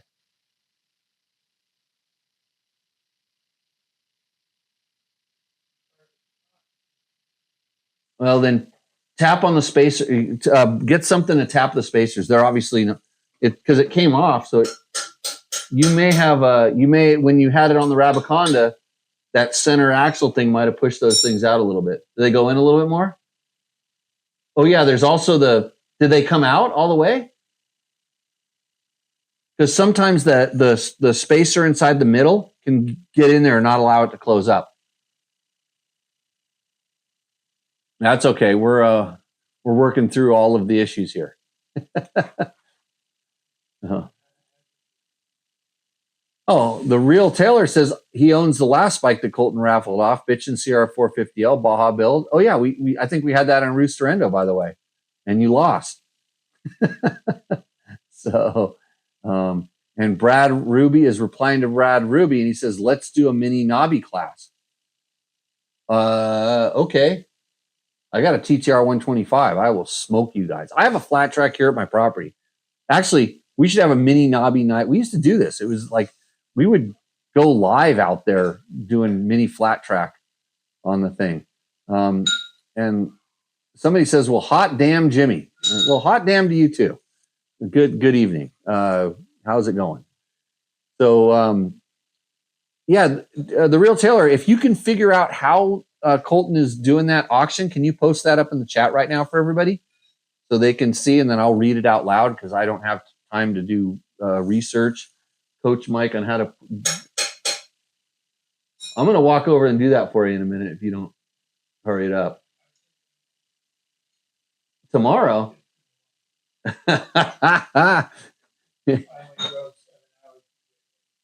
Only 7 hours of driving? That's going to be like a half a day at Nora. Okay, so back to the question, back to the fuel injector question. So my question is, did it and I'm hoping you're in the chat. And if not, I'm going to call you because I think I don't see you in the chat. So maybe I will give the guy a call because he's got it. He gave me his phone number, and I want to know the answers to the questions because I'm confused also. But here we go. Hold on a second. Here we go. I won't say your name out or I won't give your number out loud on the thing because all the girls will be calling you. It happens to me all the time. I tell them my wife doesn't like it. Okay, here we go. I'm giving you a call and see if he answers the phone. Oh, Eric, this is Jimmy Lewis. You're live on Tech Talk Taco Tuesday.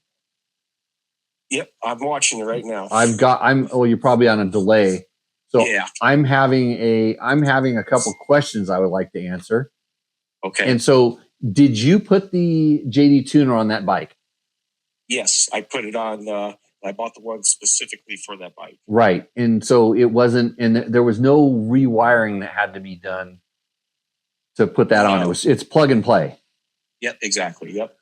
And do you know if the very first time you put it on, you wouldn't have known you put it on and everything worked perfect? Yep. I never plugged it back into the stock injector until I had a problem. Okay. So because one of the things, a JT is a what we call a signal interrupter. And so what that does is it basically takes the signal that the ECU is sending to the injector, which is just a pulse, and it either lengthens it or shortens it to allow more or less fuel to go in.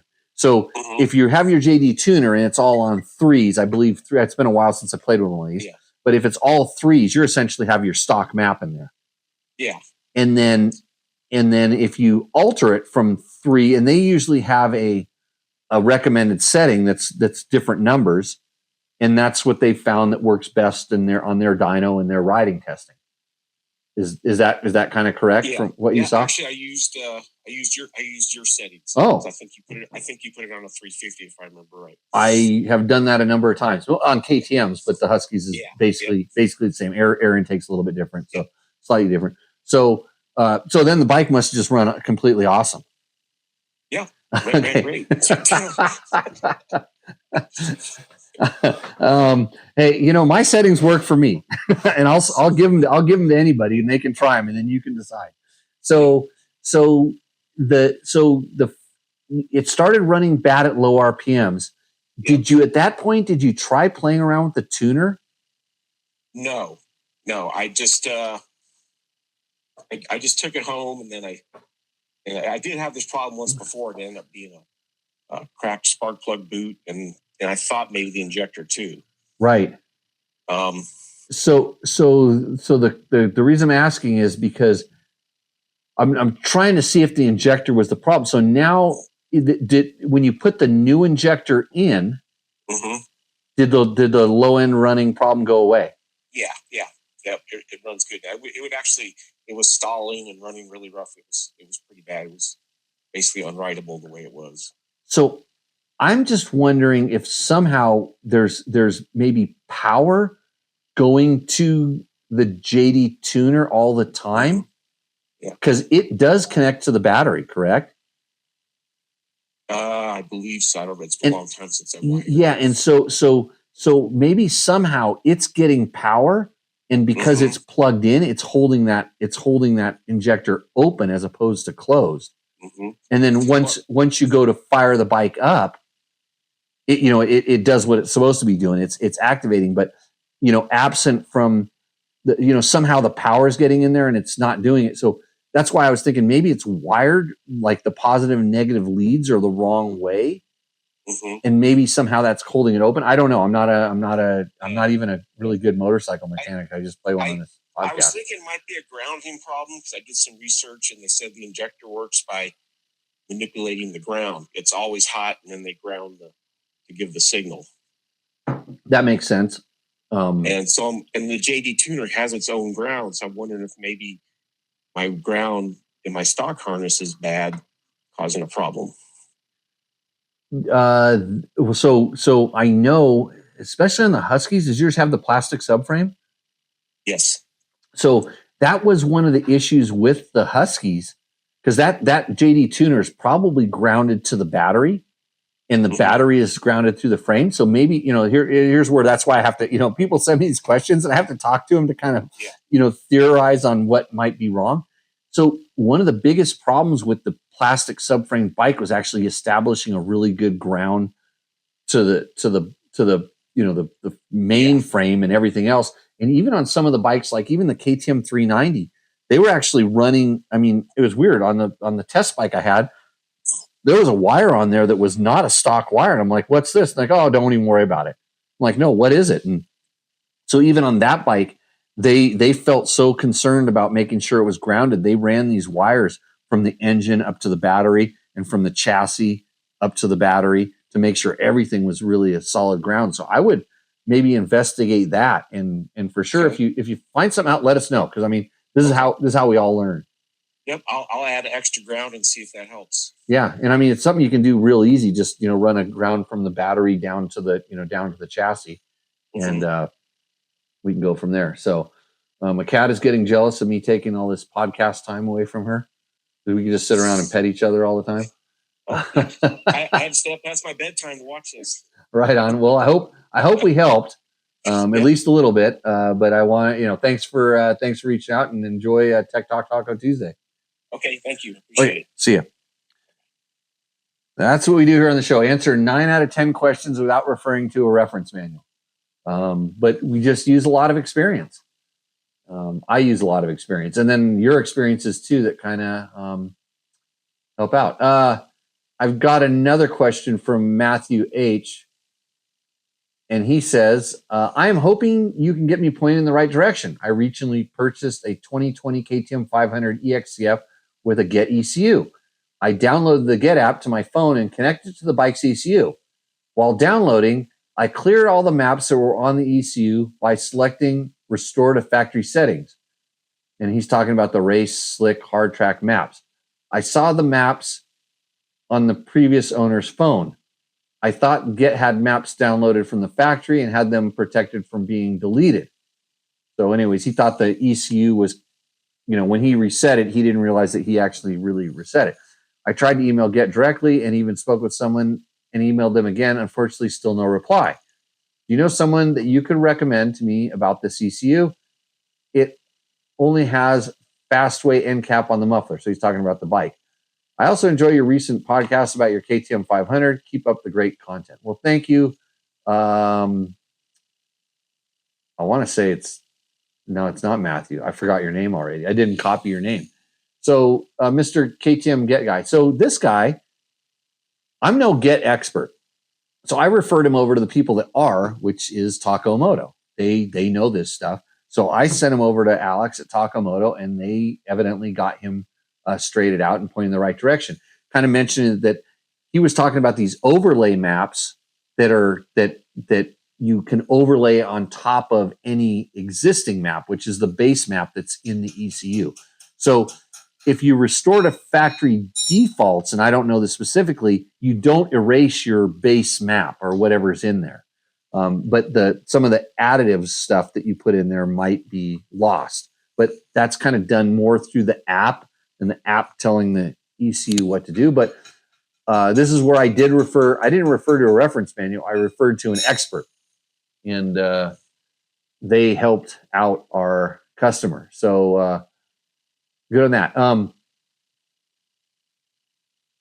I was always wondering, this is the trick a lot of times when you buy somebody else's bike that has some stuff done to it. You don't know the history. I just bought a tractor, but I bought it from a friend. And the first thing I asked him was, would you sell this to a friend? And he said, yeah. And so now I know I can always, it's like full warranty on that thing, in case you wondered. Right, Mike? Yeah. I hope that thing makes it to Cabo. So, You already spent my money on the tractor. yeah, his money. Yeah, there we go. Mike is out in the back working on his cherry KTM 2000. Was it 2012, 13? I thought you said 14. 14? Now you're going backwards? Yeah. Well, the price is right. So out there working on that thing. Here we go. Steamroller 3166 says, how would you recommend getting a broken exhaust stud out? On what bike? What are we talking about? Because it sort of depends. Are we talking about, like, typically an aluminum head, steel bolt, things like this? Is it broken off? Is it inside? Is it kind of sticking out a little bit? Give me a little more information. He says, I don't think it's a stud. It looks like someone replaced them with Allen bolts. So an Allen bolt. Well, some exhausts are held in with, just regular bolts or Allen bolts. I've seen that before. And then it just snapped off, is what you're saying. So how much is sticking out? What do we have to work with? I'll give you some ideas. I can promise you that I've had to do this before. I get a little sporty with the torque wrench sometimes.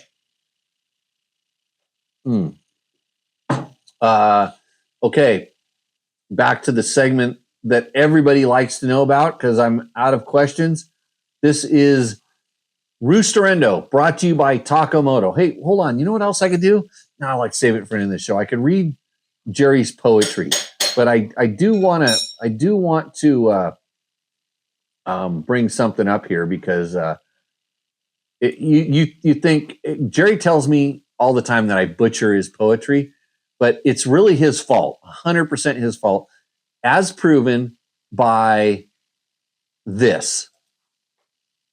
Okay, you just watch this. A bit of Nevada rally action, high-speed runs through the desert heat where the surprise leader emerged. Check it out. It is the bearded, sometimes Cycle News reporter Jimmy Lewis who grabbed the lead on day one, held it through day two, demonstrating he can ride as well as he writes. Can you kick out a little of that beatnik poetry for us real quick? Maybe one quick one. Because we know that you're good at it around the campfire and stuff. Oh, man, You're a journalist. Words are your job. you're going to have to wait. You can read about it later. After a slow start, Okay, just so you want. So Jerry told me that I should be reading beatnik poetry back in 1990. I don't know when. So there we go. Okay, back to the segment we like to call Roosterendo. So how this works is you, our viewers, send us a picture of your bike, and you tell us the year, make, and model, and tell us a little bit about us. And then we take that and we put it on this show live, and we talk about your bike. So here we go. Our first contestant from Matthew H. Mike, you got to come and sit in this segment. Come over here. You got the tire on? Yeah. Okay, I'll check your work later. Here's a chair. You got your beer? This is important. This segment is brought to you by Takamoto and Rabaconda. We just saw Mike suffer with a Rabaconda here a minute ago. So we'll get to Matthew H's bike in a minute, but this is Ariete tequila. It's Ariete. It's pretty good.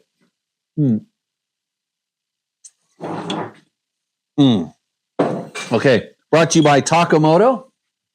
Go get you some Takamoto stuff. Mike McKill, welcome to Tech Talk Taco Tuesday. You first time on the show. Yes, sir. Don't touch anything. I mean, touch the rag. Hold your hands up. Look at it. Look at the moosemanship. Throw some arms up. Yeah. Mike is we weren't really friends in high school. Well, your younger brother and I are the same age. Yeah, you were a couple of years younger. We never got in a fight on the. Barrel. Well, you wiped up beer with it. Yeah, okay. Yeah. We never got in fights. We didn't get in fights. I fought Barry Carnes. Oh, I fought John Howard. Yeah. Yeah. So anyways, but Mike moved to Hawaii, got a motorcycle, and somehow, since I was the motorcycle guy, his mom made me give him gear. Yeah. Because she wanted to make sure he was going to be safe. And so, of course, I saw the opportunity to go over to Hawaii and go riding. Yep. If he has a dirt bike, I'll go over there and ride. And so we started hanging out a little bit, going over to Hawaii, doing some riding, some super awesome people. And you did some really cool races. Yeah, I got some to do races that, well, one's not even run anymore. Yeah, Mauna Kea. Yeah. So Mike is he's over here now. He's coming over here to do some mainland riding. Woo. Yeah, and he got his fill up in northern Nevada. Yep. Training for the Nora, and he sent us a picture of snow. Yep. And said, "Is this what I can expect in Nora?" It was snowing in Harrison Pass yesterday. White dust, Yeah. we like to call it. Yeah, you're not going to get any of that. Yeah. So, anyways, Mike's going to help us with Rooster Endo because anytime I bring somebody into this show, you guys just think everything roosts, but you just got to kind of throw your little critical hat on just for entertainment purposes. Okay. So we're going to go to Rooster Endo, brought to you by Takomoto. That's takomoto.co. This is Matthew H's 2024 Beta 390 RR special. So I'm going to give Mike a microphone. See if this thing turns. It better turn on. Mike. Well, it's actually not working right now. So okay, we'll just run off this one here. Hope turn it back on. There we go. So 2024 Beta 390R Special Edition, True North all-in-one moto taillight kit, Seat Concepts Comfort Seat, AXP Extreme skid plate with linkage guard. Let's see, he's got a Spartan MX Pro headlight. These are I don't know. I mean, I know XPM, but Spartan MX Pro, you know this? No, Yeah. but it looks like a sweet bike. Yeah. Enduro Engineering rear disc guard, Bulletproof Designs radiator guards, AS3 folding brake clutch lever. And Gary says the beta looks pretty virgin. So it's kind of hard. It's kind of hard for us to see. I'm going to try to call up a bigger screen. Oh man, I'll lose everything. Like my internet skills are horrible. I have a better picture of it, but yeah, it looks pretty cherry. I want to see the headlight. I want to know what that is because I'm not familiar with that brand or that thing. Wait, maybe I can call it here. I have a place here. I can go here and I can click on it. Thought I put them on the desktop, but I already lost it. They're not here. Oh, here we go. I'm calling. There we go. Bigger picture. Okay. So now we're looking at what you're seeing. Okay, so it's essentially a Baja Designs knockoff kind of headlight insert sort of thing. There are a lot of people making, the LED, the LED stuff these days. But that thing looks pretty nice. You got to look at the tires. Okay, so it has been ridden. You just think we just blow these things over. We got to check it out. I actually like the way the betas look. Yeah, betas are cool. Yeah. So it's got some stuff on it. Yeah, you can see that linkage skid plate. Yeah, those are sweet. Has it got a tampon on that thing or something? It's like laying on the back. Rock. It's a rock? We're zooming in real close. He actually sent a pretty good photo. I like that he's riding out by the lake. You know, it's always good. I just went out riding by the lake. What's there in the corner? What's down in that trash? Is that a TV set or air conditioning unit? Yeah. Well, if he's riding every off-road area is a dump. I mean, that's why we can ride there. So it's better than your garage, that's for sure. I'm gonna say this bike roosts.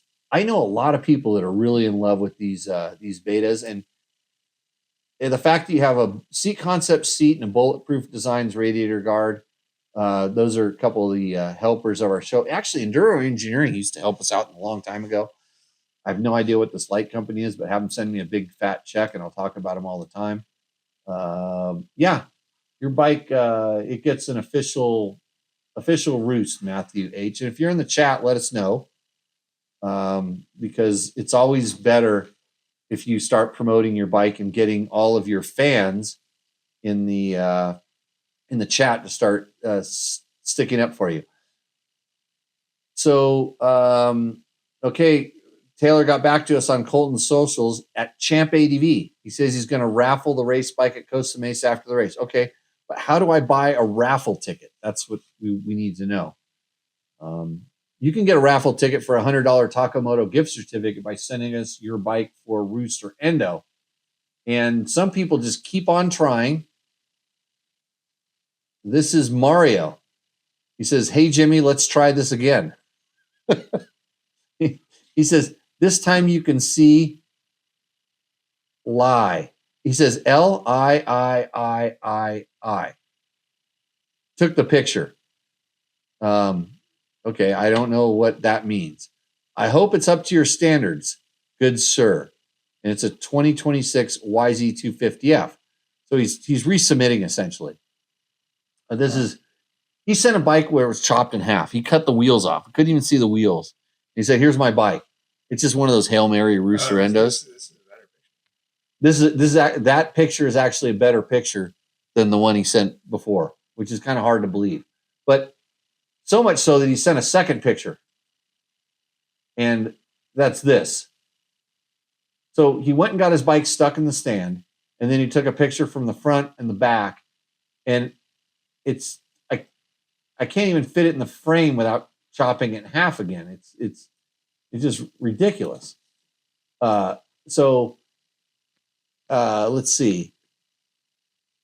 He says nothing has been added since the last picture I sent, which is really good. So that means I had to go into the email and find his last picture so I could figure out what he had.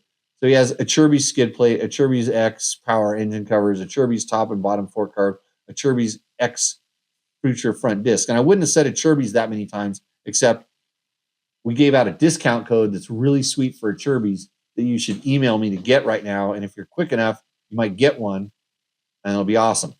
But he has a Bulletproof Designs rear disc guard, another sponsor of the show, and something called an XPR gas cap vent elbow. And then Gary's saying that Yamaha looks awful familiar. Of course, because all we do on this show is talk about Yamahas because they sponsor us. So then he decides to tell a story. So maybe this is where it's going. You know what my co-host usually does, Mike, on this show? What? You talk so I can drink some beer. So why don't you start right here and just read whatever it says? Oh, you need glasses? Yeah. Oh, boy. Okay, head towards the highway. Hey, wait a minute. You got me some glasses here. Hold on. Yeah. Wait a second. Yeah. Very good. Let me get over here. Yeah, you got me some glasses. So go over there and read on the screen. Jeez. Head towards They the don't highway work.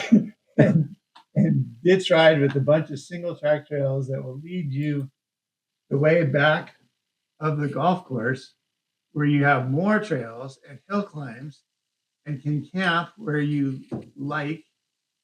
It's Crown Land. That's Canadian, eh? Then wake up in the morning, ride the bike, and then go play a round of golf if you like the 2026 YZ250F, a Chirby's skid plate. Yeah. I would say roost the golf course on that thing. Maybe is that easy in a sand trap? Is he stuck in a sand trap on that? I don't know. I don't see any grass around there, so maybe he hasn't. So, Mario, good second try. Although I'm not really sure,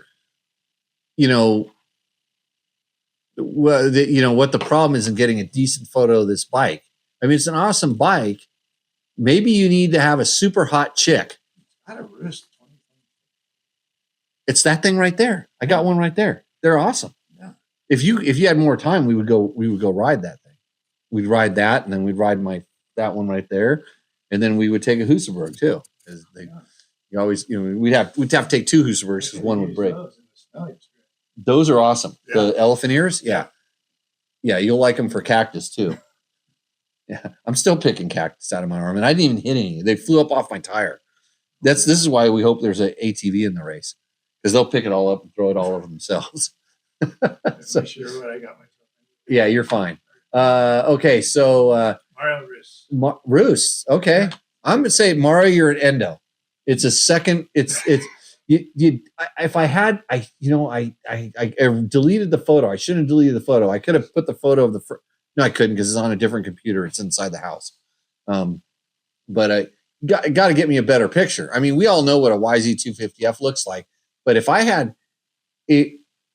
sand like that, like that's and well, here's the thing is the photo, I had to crop into it, but if you like go around, you can start looking around, like look at all the there that's got to be some really good riding there in that sand. You could make a sand track in there that would be insane. But anyways, yeah, I'm saying endo mostly based on the photo. I mean, the bike might roost a little bit, but the whole program is a little endoing right now. Double endo. It says, ouch. Yeah, it's stuck in the Canadian oil sands. Let's see. That is a beast off-road, great power. Okay. The Yami is a pure dune Aussie, like all the kids do these days, and making you dig it up from 2 weeks ago. Another amateur move, dude. Oh, wow. Oh. The fans are on my side. The Yamaha looks halfway familiar. So, okay. Next on this segment that we call Roosterendo, we have one more. And this is a full last minute entry because, oh shoot, did I put it in the show? No, I'm gonna have to go to my emails. Oh, this is horrible. Because he sent it at the last minute. He sent it. Okay, am I gonna be able to, okay, here we go. Oh, don't do that. He sent such a big photo, it took up the whole thing. I'm trying to find out what it is. Okay, here we go. I loaded it in the show, I hope. Yeah, this is Jeff's. Here we go. Jeff's 2023 YZ250FX has 75 hours on it. He rides mostly in Texas. This bike has been a ton of fun for me to learn to ride. Wow, Yamaha really has a great bike here. Okay, so now he's buttering up to the blue. Well, he's buttering up to, yeah, you know, the sponsors to think that that's going to make a difference in how we vote. New to the show, obviously. Let's see. It can be a touch rough on slow technical terrain. That being said, it's faster in whoops and jumps. Oh, did this thing go empty? Okay. Oh, you still. Well, yeah. Let's see. Aftermarket parts list. Bulletproof design radiator guards. Good. Polysport E-Blaze headlight. It's not as good as the Achirby's plastics you have on it. These Cycropobin handguards also, which is good. I'm currently laced up with an MX34 front tire and MX14 on the rear. Both tires give me great traction in the loamy sand we have in the Houston area. Then he butters it up even further by saying, I enjoy your show. Thanks for all you do to help everyday rider have a practical approach to riding and maintaining dirt bikes. Oh, how sweet. Oh, we got to go deep on the stand here. Hold on. Let's see what we got. I was about to. Wait, I got to make sure I click the right. Oh, really? You're gonna go poor people style? I was. Well, it's hey, I have a really good discount code for an Achirby stand, Mike. If you email me right maybe now, this guy needs the Achirby stand. There's possible, but that you win a Takamoto gift certificate by playing. Can't even get the damn right one to. Here we go. There we go. You're gonna show you the stand right now. Oh, that is so homemade. That's it. Yeah, I like that. Let's get this guy the discount code. Right. Well, you're on the same path as me. Yeah. Yeah. He deserves you know what he could buy a stand with it. Yeah. That would be sick. If he pretty nice stand though. Like I got it. Hey. The lower shelf is. I tell you what. I run Pirelli tires, and the fact that he has a Pirelli tire sticker on here when he's running Dunlops, that's a win too. Hey, this guy's roosting. This is kind of, yeah. I don't even care about the bike anymore. Number 985. It's got the Monster Energy Edition. Yeah, that's good. He's got it all monstered out. It's a Yamaha. Yeah. It's a full. Yeah, it's a full win. I think you could buy them like that back then too. So. Yeah, and that's it, Mike. You called it the wooden stand. I hate to say it, everybody, but sometimes it's not what you think that wins Roosterendo. The last minute edition from Hoagie, how do you say it? Hodgie? Hoagie? Haji. OG from Houston. You are the winner of Roost Trainer. No question. There's he looks pretty tippy on the stand. They're saying everybody's loving this. What sticker on the front fender? It's a monster sticker, isn't it? Monster. Yeah, it's fully monster. Yeah, he's monstered out. It's all good. So yeah, that's it. You're winning this thing. So here's what you got to do. Hoji from Houston, email me back and remind me that you won, and I will get you in touch with the guys over at Takamoto, and you will have $100 gift certificate. And I mean, you don't have to get a stand. They make all kinds of cool stuff, but I don't know. Maybe that stand is going to have to get some decorations on it or something. Some stickers. Yeah. I can't wait to see the next submission for Rooster Hendo. People are going to be they're going to think, oh, I've got him figured out. If we just have a janky stand underneath it. I was this close to trying to make a stand yesterday. Oh, really? Yeah. Do you need one? Huh? No, Tim's got you covered. Oh, I don't know. Yeah. I just had some extra lumber up. Yeah, just build a box. Yeah. I mean, people complain about, look at this. Like, you think, there you go. Oh, you look, can like this is my engine building box. Yeah. It fits every engine. That's right. It works. Yeah. Right there. So I think you did a great job. I like the shelf on the bottom. It looks good. yeah, has all the things. Let's take another look at that thing real close one more time, just so we can remember. So he has are those one, what is it? 1x3? 1x3? Yeah. But the bottom, we gotta dive deeper into this thing. I gotta get this thing here so I can zoom more. Come on. Oh, it's so hard to run this show and drink beer and do all the things we need to do. Those are I don't know. I think they almost look like 2x2s. They're like ripped down. You rip a 2x4. Yeah. We got to get the 2x2. we got to get the specs on the stand. Yeah. And is he using like plywood across the? Well, so it looks like plywood on the top, but he's also running a plywood runner across the side to stabilize it. Yeah, and then it looks like construction stakes. Scrap piece of wood or something. Yeah, I don't know. It's holding the bike though. Yeah, they look like construction stakes in the bottom that are reinforcing. They're holding up the tray on the bottom. It's all time good times here. Okay. Roost the competition with that. Yeah. Let's see. It says the guy from Houston needs to get the gift card. Beta is fully modded. It already Roost. And Shane Omoto says, why doesn't a company make a higher profile stand? Makes it easier for spoke torquing and pit stops.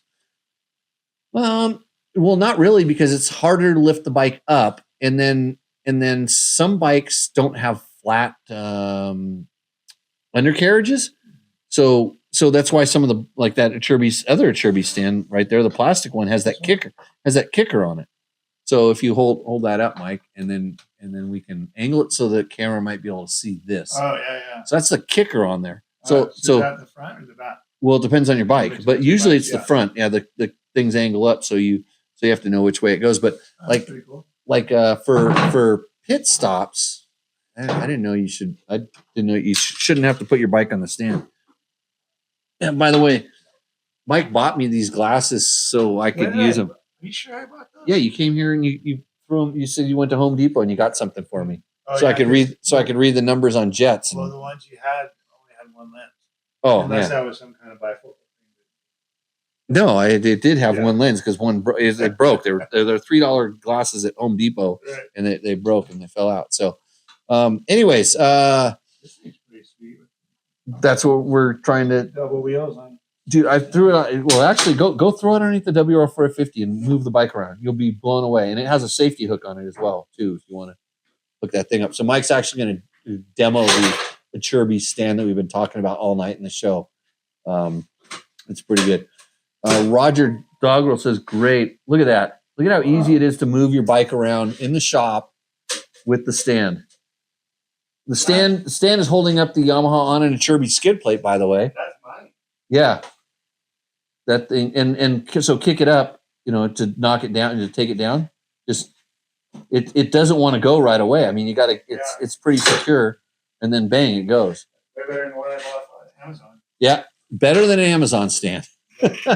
So I'm sure Amazon will be copying this, but they won't make it as good because here's the problem with those stands is they're This thing usually is cherry. they're wobbly. Yeah. Like you put them up on the stand and then it goes crooked. Yeah. And stuff like that on those kind of lift stands.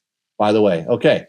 So yeah, Shane, the Chirby's stand, I have discount codes for that. Email me, Jimmy@dirtbiketests.com. I have actually insane.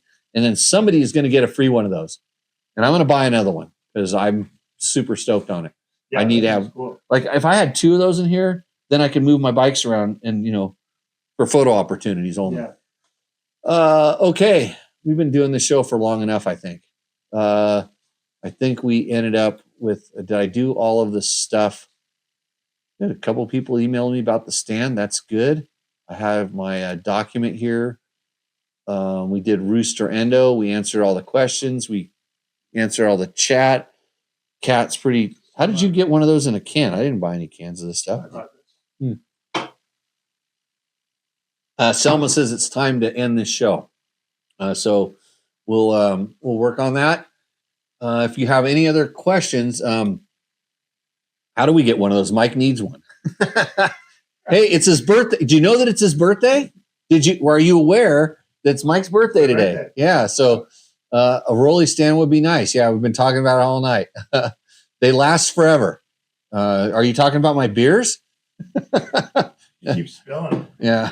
So, okay. That stand takes me back to 8th grade woodshop class. And Roger's talking about the... stand. Yeah. You remember Roger Doggerel? Do you know Roger? Yeah. Yeah. He He was Spike Racing. Remember when we had Spike Racing back in the day? Yeah. So, scrap pile race stand special.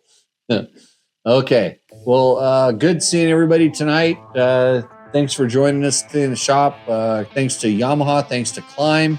I didn't tell you what Climb I wore today because did I wear any Climb today? No Climb t-shirt. I didn't ride today.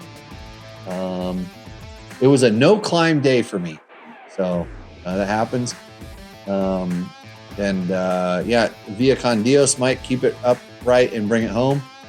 He's going to do a super bucket list thing. I don't know if we're going to have a show next week because I'll be down at Nora being the race director of the Mexican 1000. I might do some live updates on my personal YouTubes or on the Nora.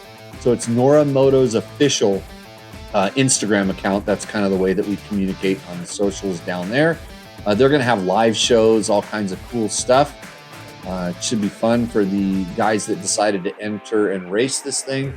Get to hang out with my buddies Tim Morton and Baja Bound, that whole group, Efe, and yeah, Jen, I like to say Jen's brother. So it should be good times. Okay, well, that's it. We're Street Sweeper. You know Street Sweeper? Street Sweeper said happy birthday. Oh, Yeah. All good. Okay. The comments are coming in there. Lance is looking forward to seeing me. That's kind of odd, but okay. And we'll go from there. I'm going to go make sure Mike put his wheel on right, and we're doing the front tomorrow. Yeah. Okay, front tomorrow. We're out on the. I don't want to get these little pretty little hands ready. So, okay, everybody. I got to remember how to turn this show off, and we will see you in the near future. Okay, cheers. Okay, I have to stop. I have to push a button that says stop streaming. If you liked what you saw in this video, come check us out over at dirtbiketest.com on the webs. We have bike tests, product tests, a lot of fresh dirt, and you can even support us by clicking through our links. Hopefully, we'll see you out in the trail.